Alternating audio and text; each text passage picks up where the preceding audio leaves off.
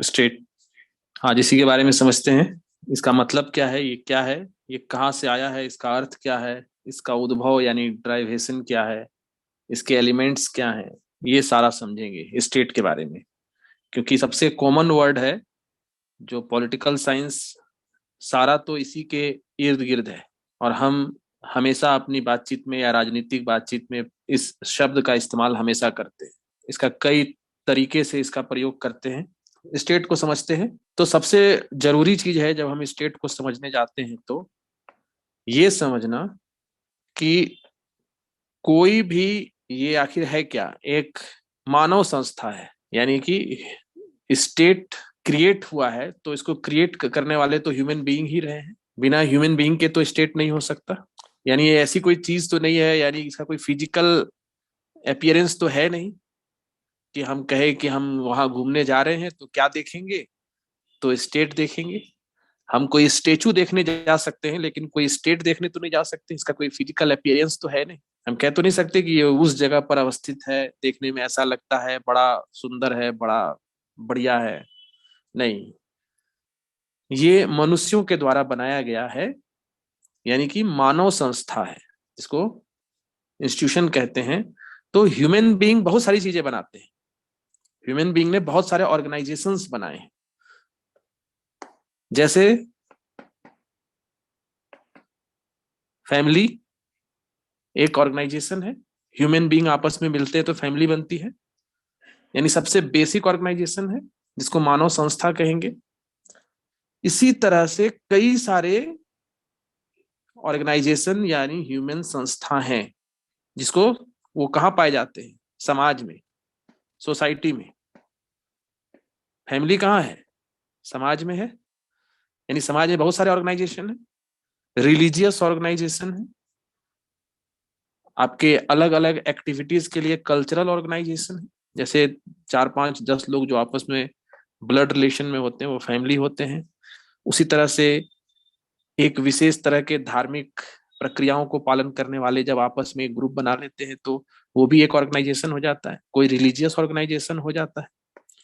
उसी तरह से अगर कोई विशेष कार्य के लिए, सिर्फ उसी कार्य के लिए एक ऑर्गेनाइजेशन बना लिया जाए, जैसे मान लो कि एक ऑर्गेनाइजेशन बना लिया जाए कि ये मानव निर्मित संस्था है जो पर्यावरण संरक्षण के लिए काम करेगी, तो सभी वही लोग जिसका इस मामले में यकीन हो कि हम पर्यावरण के प्रति सचेत हैं और हमें भी दूसरे के प्रति जागरूक करना चाहिए, तो उन्होंने अगर अपना ऑर्गेनाइजेशन बना लिया तो इन्वायरमेंटल ऑर्गेनाइजेशन होगी। तो यानी सोसाइटी में कई तरह के ऑर्गेनाइजेशन हो सकते हैं। फैमिली बेसिक ऑर्गेनाइजेशन हुआ। सोसाइटी में जितने भी ऑर्गेनाइजेशन है उसमें सबसे टॉप पर जो ऑर्गेनाइजेशन है उसका नाम है स्टेट। इससे बड़ा कोई ऑर्गेनाइजेशन नहीं होगा किसी सोसाइटी में। अब ये स्टेट शब्द का जो हम यूज करते हैं तो सबसे बड़ी बात यह है कि इसका जो यूज है उसमें बहुत विविधता है, डाइवर्सिटी है। हम कई तरीके से इसका यूज, इस वर्ड का यूज जो है वो हम करते हैं दैनिक लाइफ में। हम देखते हैं कि इसको हम कई तरीके से यूज करते हैं। तो किस किस तरीके से यूज करते हैं, जैसे हम कहते हैं कि 2 4 एग्जाम्पल दिखलाते हैं। अगर हम कहें कि ये किसी समय किसी अवस्था को दर्शाने के लिए भी ये अंग्रेजी का जो शब्द है इसका प्रयोग होता है। स्टेट ऑफ माइंड कैसा है, उन्हें मस्तिष्क की दशा कैसी है, ऐसे भी हम पूछते हैं किसी से। इकोनॉमिक स्टेट या इकोनॉमिक कंडीशन, ऐसे भी हम पूछते हैं। और हम देखते हैं कि अगर हम राजनीति में भी अगर स्टेट वर्ड को लेकर आ जाए तो हम इसका कई तरीके से उपयोग करते हैं। जैसे हम क्या कहेंगे, हम कौन से स्टेट में है, झारखंड स्टेट में।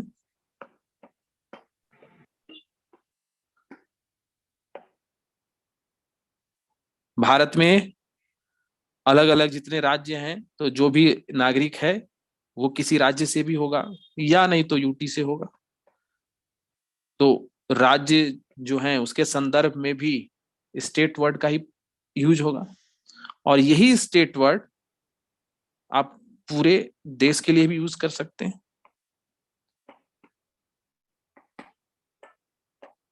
विश्व में 2 अलग अलग देश नेशन स्टेट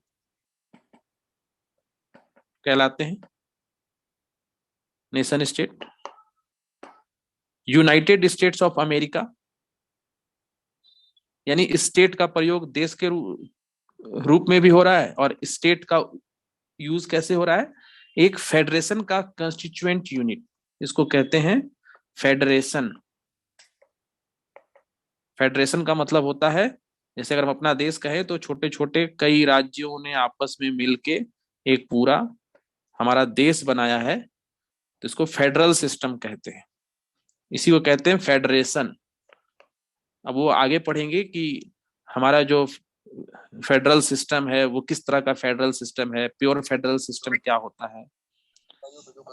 तो फेडरेशन का जो कंस्टिट्यूएंट यूनिट है, मतलब A B C D E, ये सब मिलके भारत देश बना। एक झारखंड है, एक बंबई, एक महाराष्ट्र है, एक उड़ीसा है, ये सब बन के इंडिया बना। तो इन छोटे छोटे कंस्टिट्यूएंट यूनिट हैं, यानी जो पार्ट है, हिस्से हैं, उसको भी हम स्टेट कहते हैं। कभी कभी हम सरकार के लिए भी स्टेट वर्ड का प्रयोग करते हैं। यानी स्टेट वर्ड का प्रयोग कितने तरीके से हो सकता है, ये हमने देख लिया। अब ये जो स्टेट वर्ड है,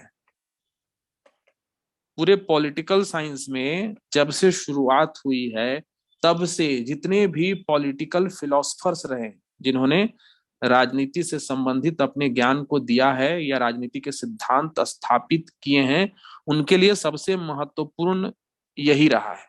इसी के बारे में उन्होंने सोचा है। जैसे इकोनॉमिक्स में पैसा के बारे में सोचते हैं, मनी के बारे में सोचते हैं, मुद्रा के बारे में सोचते हैं, मेन तो वही रहता है ना।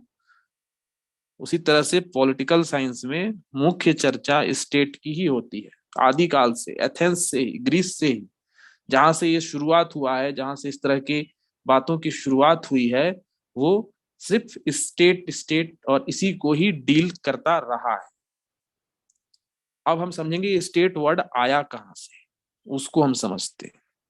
The state and it's derivation, यहां पर हम ये समझेंगे कि राज्य और इस शब्द का उद्भव, ये शब्द हो गया राज्य, और डेराइवेशन का मतलब हो गया उद्भव। ये शब्द आया कहां से। हमने पहले कहा कि जितने भी मनुष्यों के द्वारा बनाई गई संस्था है, ऑर्गेनाइजेशन है, सब में हाईएस्ट यानी सबसे बड़ा यही है, इसके ऊपर कोई नहीं है। सबसे छोटा हमने कहा परिवार, जब मनुष्य मिले, स्त्री पुरुष मिले तो परिवार बना, बच्चे हुए, सबसे छोटा संगठन वही है। लेकिन जो सबसे बड़ा संगठन है वो है स्टेट। अब हम पोलिस वर्ड सुन चुके हैं, जो पॉलिटिकल शब्द जो निकला है, ये ग्रीक शब्द पोलिस से निकला है। ये पोलिस शब्द किसके लिए प्रयोग होता था, सिटी स्टेट। उस समय, मतलब जैसे अभी हम कहते हैं कि झारखंड राज्य है, तो उस समय एक छोटा सा, जैसे कि अगर रांची समझ लो तो उतना ही बड़ा, सिटी स्टेट मतलब एक सिटी भी है और आपस में ही वो एक राज्य भी है। तो इस तरह का जो वहां व्यवस्था थी ग्रीक में, उसी को पोलिस कहते थे। और इसी से फिर आप देखेंगे कि पॉलिटिकल पोलिस से ही आया है। और वैसे ही जैसे ग्रीक में पोलिस वर्ड था, वैसा ही ग्रीक तो अलग देश है, और जहां अंग्रेजी भाषा बोली जाती है, जो यूनाइटेड किंगडम है, वहां पर ऐसे के लिए सिविटाज शब्द का प्रयोग होता था। सिविटाज, जिससे सिविल निकला है, मतलब इनका अर्थ समान ही होता था, और इसका एक ही अर्थ था, पब्लिक वेलफेयर, यानी जनता का कल्याण। और उसके बाद ट्यूटन्स, ट्यूटन्स कहते हैं जर्मन्स को। जर्मनी जो देश है जहाँ के हिटलर थे, तो जर्मनी में ये शब्द का प्रयोग होता था, जिसका नाम था स्टेटस। तो स्टेटस से ही ये वर्ड स्टेट निकला है। ये ट्यूटन्स जो है, ट्यूटन्स चूंकि वहां जो राजवंश था, उसके आधार पर ये ट्यूटन्स नाम है यहाँ पर। लेकिन ये शब्द जो है, ये जर्मन के लिए है। जो जर्मन यानी जर्मनी में रहने वाले लोग, यानी जर्मनी में स्टेटस शब्द यूज किया जाता था। और यही शब्द जो है आधुनिक शब्द जो है वो स्टेट शब्द जो आज हम यूज करते हैं वो वहीं से निकला है, जो जर्मनी में स्टेटस शब्द था, और इसका सबसे पहले प्रयोग किया था निकोलस मैकियावेली ने सबसे पहले। और आज भी हम इसी वर्ड को यूज कर रहे हैं। जब हम वर्ड नहीं यूज करते थे तो उस मीनिंग से संबंधित जो अर्थ है उसके लिए कुछ तो था ही, लेकिन वहां से इसको एक नाम दे दिया गया, तो ये हो गया। अब ये हुआ क्या, ये जो आए थे निकोलस मैकियावेली, ये 16वीं शताब्दी, जैसे अभी 21वीं शताब्दी है, यानी 16वीं शताब्दी का मतलब जब 1501 से लेके 1599 तक को ये कहते हैं 16वीं शताब्दी। इसी दौरान जब वो उन्होंने इसका प्रयोग किया तो वहां से ही ये अब इस शब्द के आधार पर प्रसिद्ध हो गया। और जो भी विचार थे या जो भी थ्योरी आने लगी वो स्टेट वर्ड को, यानी इसके पहले तो आती थी तो पोलिस लेकर आती थी, क्योंकि सिटी स्टेट आप प्लेटो को पढ़ेंगे, अरस्तु को पढ़ेंगे तो पोलिस की चर्चा है। वही पोलिस अब आप वर्ड स्टेट की चर्चा होने लग गई, यानी स्टेट क्या हो, स्टेट शब्द क्या है। अब इसको ये हम समझ गए कि ये वर्ड कहां से आया। अब हम इसका अर्थ समझेंगे और इसकी परिभाषा समझेंगे। यहां तक किसी को कोई दिक्कत है? नहीं सर। No sir. ठीक है, आगे देखते हैं। अब देखो, जब सामाजिक जीवन शुरू हुआ मनुष्य का, तो जब से सामाजिक जीवन शुरू हुआ तब से मनुष्य किसी ना किसी एक ऐसे व्यक्ति या किसी ऐसे संस्था के अधीन रहता होगा जो उसको किसी तरीके से उसके आचार विचार, उसके व्यवहार को कहीं ना कहीं निर्देशित करता होगा।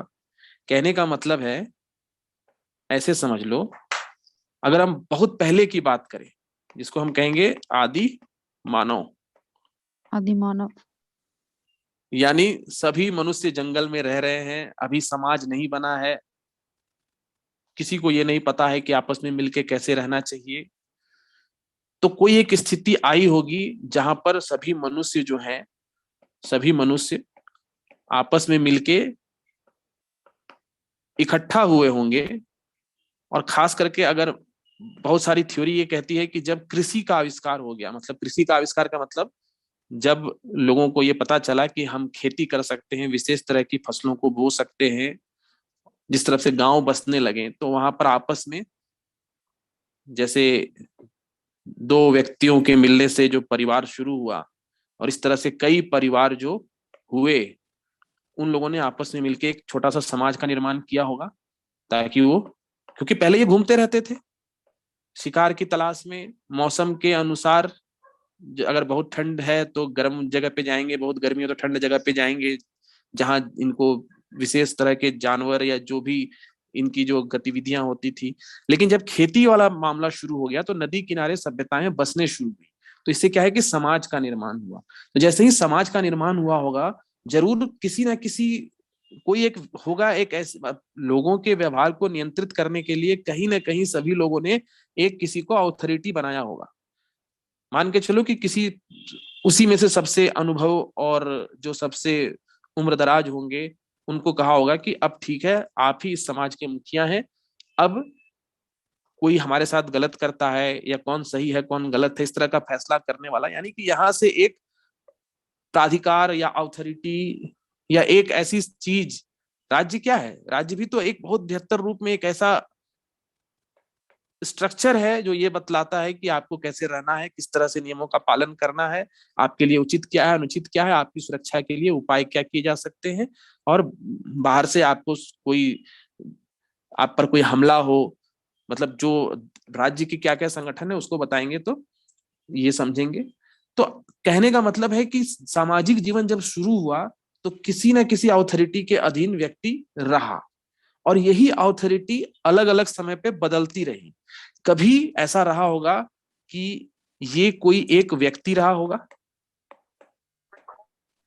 और आगे चल के ये कोई संस्था बन गई होगी।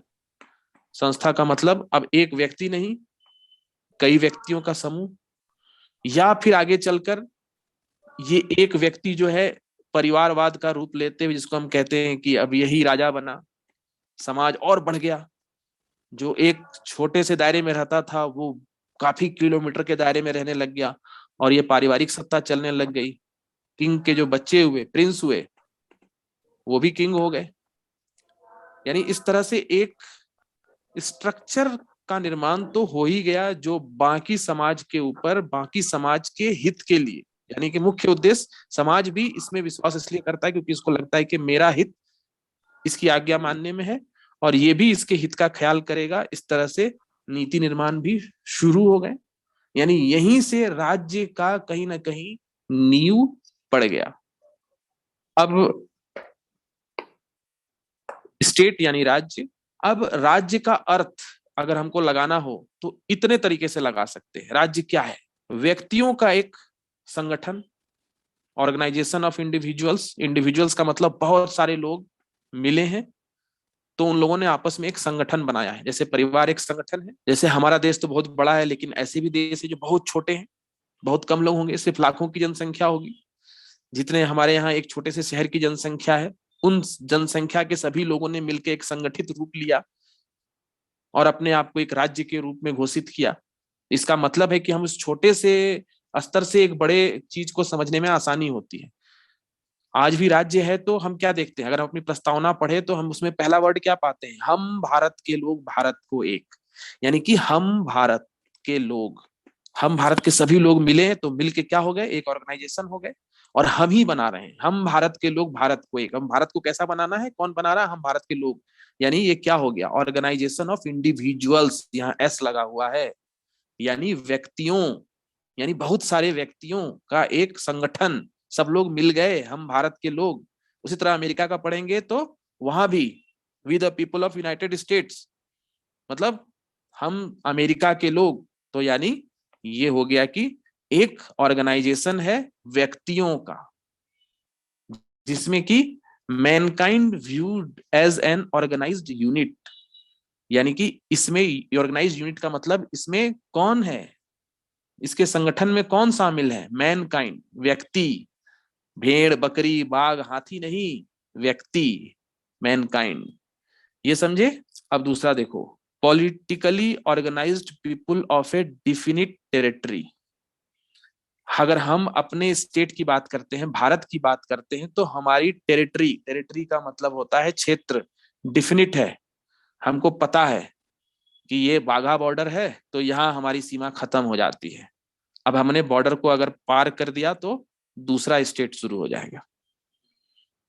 ये श्रीलंका की तरफ हमारा आखिरी छोर है, यहां से पानी में जाएंगे थोड़ा आगे, उसके बाद हमारी सीमा खत्म हो जाएगी।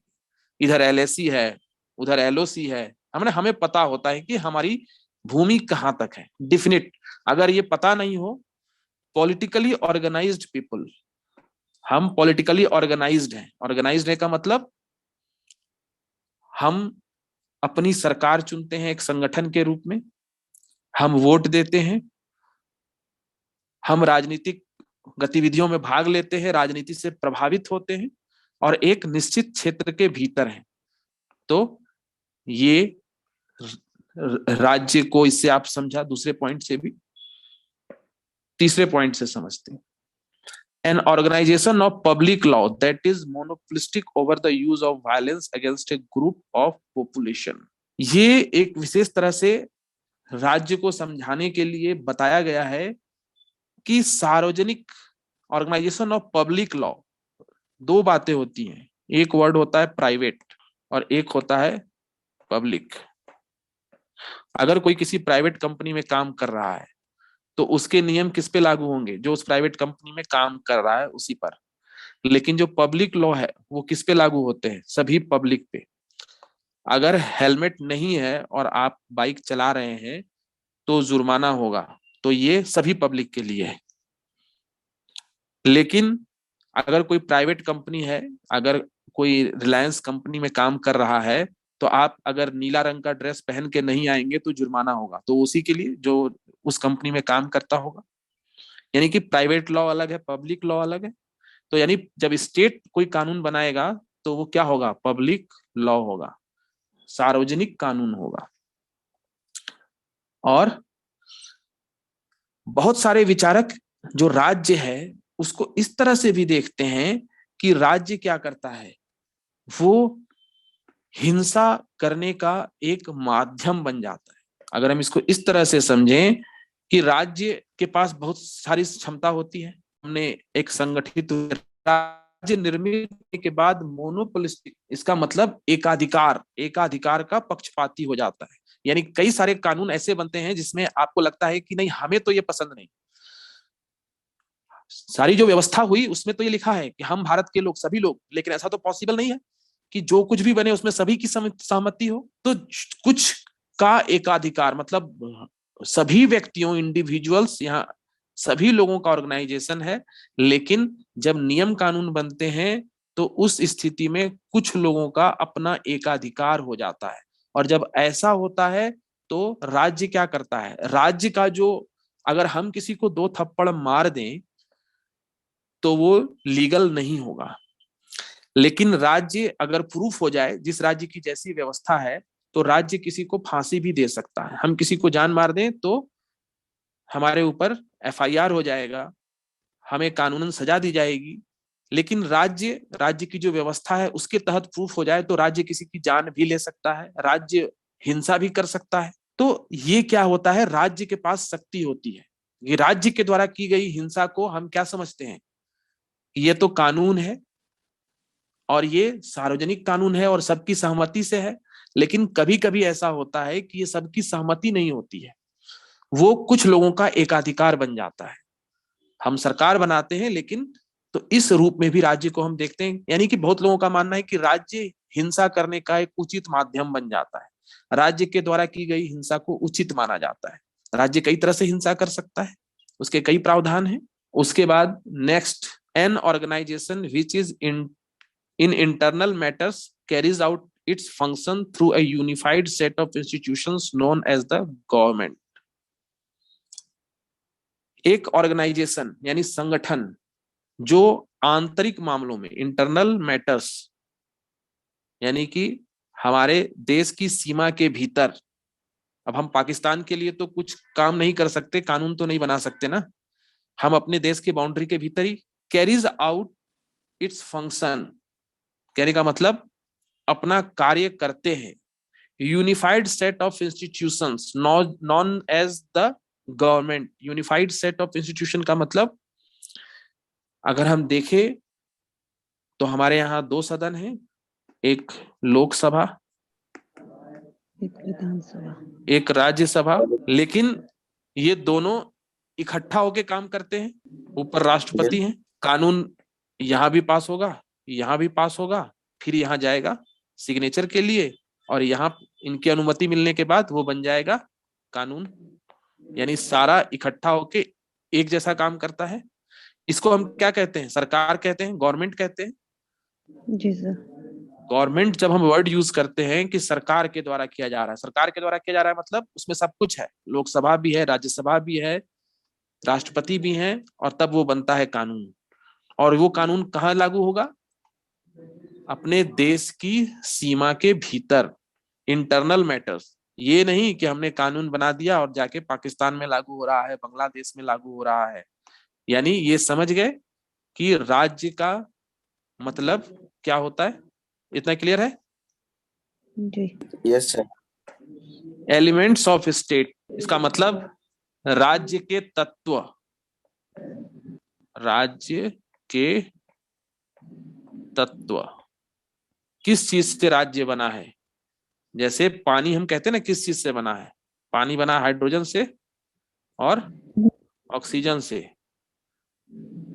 बना है ना। जी सर। उसी तरह से राज्य के तत्व, राज्य किन चीजों से बना है। अब यही कहता है कि राज्य क्या है। एक इसको विचार के रूप में भी देख सकते हैं। विचार के रूप में का मतलब ये कोई ऐसी चीज तो है नहीं कि जाकर दर्शन कराएं, घूम आए। जी। A concrete thing means that it is a specific human group or association and viewed in abstract term। यानी ये एक मनुष्यों की वो संस्था है जो अगर हम देखें तो इसकी अपनी एक वैधानिक महत्व है। यानी इसमें ये देख तो नहीं सकते इसको, लेकिन इसकी जो भी चीजें हैं वो आइडिया के फॉर्म में है। लेकिन जब ये धरातल पे इसके विचार आते हैं तो इसमें बहुत सारे ऐसे तत्व हैं जिसको हम देख सकते हैं। राज्य को हम नहीं देख सकते, लेकिन इसके कुछ तत्वों को हम देख सकते हैं। ये चार चीज होंगे तभी राज्य होगा। अब इसमें पहला क्या है? अब सोचो कि कोई जमीन हो, जमीन का टुकड़ा हो, बहुत बड़ा हो, कोई द्वीप हो, और वहां एक भी आदमी ना हो, तो क्या वहां कोई राज्य की कल्पना की जा सकती है? नहीं। वहां जानवर हो, पक्षी हो, भेड़ नो हो, सर। बकरी हो, शेर हो, बाघ हो, तो वहां तो राज्य की कल्पना नहीं की जा सकती। यानी नहीं। राज्य के लिए सबसे पहले जरूरी क्या है? व्यक्ति होना मनुष्य। चाहिए, ह्यूमन होना चाहिए, इंसान होना चाहिए। ग्रुप, एक अगर व्यक्ति होगा तो राज्य का कोई मतलब नहीं है, इसलिए ग्रुप लिखा है। ग्रुप का मतलब जब आप एक से अधिक होंगे तो ग्रुप बनेंगे। अकेला व्हाट्सएप ग्रुप बनेगा? नहीं बनेगा। नहीं तभी सर। बनेगा जब कई लोग हों। अरे कोई कुछ बोल रहा है, वो चुप हो जाओ, मैंने तो माइक बंद कर लो। यानी कि सबसे पहली जो चीज है, जरूरी चीज है, वो है कि व्यक्ति, इंसान, मानव समूह होना चाहिए। मानव समूह होना चाहिए, समूह। अब क्या है कि हम राज्य को नहीं देख सकते, लेकिन मानव समूह यानी कि इससे मिल के बनता है, तो मानव समूह को तो देख सकते हैं, है ना। हम राज्य को नहीं देख सकते, लेकिन मानव यस समूह सर। को देख सकते हैं। वही कह रहा है ऊपर। Yes sir. दूसरा क्या होना चाहिए? A territory upon which they permanently reside. राज्य के लिए टेरिटरी का मतलब होता है जगह, जमीन, क्षेत्र। आदमी कहाँ रहेगा? आसमान में तो नहीं रहेगा ना, यस रहेगा सर। तो जमीन पे ही। और परमानेंटली, अब मान लो कोई बहुत बड़ा द्वीप हो, उसमें 25 लोग रहते हो, हम कहे ठीक है, ग्रुप ऑफ ह्यूमन बींग्स तो हो गए, लेकिन ये 25 लोग जो हैं गर्मी की छुट्टी में चले जाते हैं दूसरे जगह, और दूसरे 25 लोग आ जाते हैं। अब फिर अगले साल ये 25 लोग चले जाएंगे, फिर दूसरे 25 लोग आ जाएंगे, तो क्या यहाँ राज्य बनेगा? नहीं बनेगा, क्योंकि यहाँ नहीं आदमी तो सर। होने चाहिए, लेकिन वो परमानेंटली वहीं रहने चाहिए। अगर हर साल सभी लोग बदल जाएंगे तो राज्य वहां नहीं बनेगा। इसलिए दूसरा क्या कहता है कि territory upon which the they permanently reside, यानी एक क्षेत्र जहां वो अस्थायी रूप से निवास करते हो। तीसरा, internal sovereignty and independence from foreign control. इसका मतलब है कि राज्य तो तभी होगा ना, सॉवरेनिटी का मतलब होता है संप्रभुता। जैसे हम अगर अपना भारत देश है, तो हम अपने देश के भीतर क्या कानून लागू करना है ये हम खुद डिसाइड करते हैं, और हमारे ऊपर किसी दूसरे देश का नियम, कानून, नीति नहीं चलता है। क्योंकि अगर दूसरे देश का चलता तो हम अपने में राज्य थोड़ी होते, हम तो उसी राज्य का हिस्सा होते ना। अगर भारत यस सर। देश अपना निर्णय खुद नहीं लेता, अगर मान लो कि अपना निर्णय भारत देश खुद नहीं ले रहा है और चीन भारत के लिए निर्णय ले रहा है, और सारा कंट्रोल चीन का है, इसका मतलब, अगर ऐसा है, इसका मतलब हमारे पास क्या नहीं है? सॉवरेनिटी, जिसको कहते हैं संप्रभुता। संप्रभुता। अब संप्रभुता ही नहीं है तो हम स्टेट कहाँ है? हम तो चीन का हिस्सा है। या जब हम गुलाम थे अंग्रेजों के, तो हम स्टेट नहीं थे, हम ब्रिटेन के हिस्से थे, कॉलोनी थे। तो ये सबसे महत्वपूर्ण है, तीसरा। अच्छा, अब एक चौथा चीज, अब चौथा जो सबसे जरूरी है वो है पॉलिटिकल ऑर्गेनाइजेशन और agency through which the collective will of the population is expressed. सब कुछ हो लेकिन सरकार ही ना हो। अगर सब कुछ हो, शॉर्ट में इसका मतलब है कि गवर्नमेंट यानी सरकार ही ना हो। मतलब अगर हम कहें कि ये जगह क्षेत्र भी है, इसमें बहुत सारे लोग भी हैं, और ये सभी अपना निर्णय खुद लेते हैं, कोई दूसरा देश का इस पे कोई भी कंट्रोल नहीं है, कोई दूसरा देश यहाँ तक पहुंचा ही नहीं है, लेकिन यहाँ कोई सरकार ही नहीं है, सब अपना अपना खा रहा है, पी रहा है, किसी को किसी से मतलब ही नहीं है, कोई नियम कानून है ही नहीं, तो भी ये स्टेट नहीं होगा। यानी पॉलिटिकल ऑर्गेनाइजेशन यानी राजनीतिक संगठन, जिसके माध्यम से collective will of the population, collective will का मतलब सबकी इच्छा, जैसे कि हम अपने भारत के संदर्भ में कहते हैं हम भारत के लोग, ये क्या हो गया? कलेक्टिव विल हो गया, सबकी इच्छा, हम भारत के लोग सामूहिक इच्छा है कि भारत को ऐसा बनाना चाहते हैं। कैसे बनाएंगे? तो उसके लिए संविधान में प्रावधान है, उसके लिए सरकार चाहिए, सरकार होगी तभी तो वो नियम बनाएगी, कानून बनाएगी और उसका पालन करवाएगी।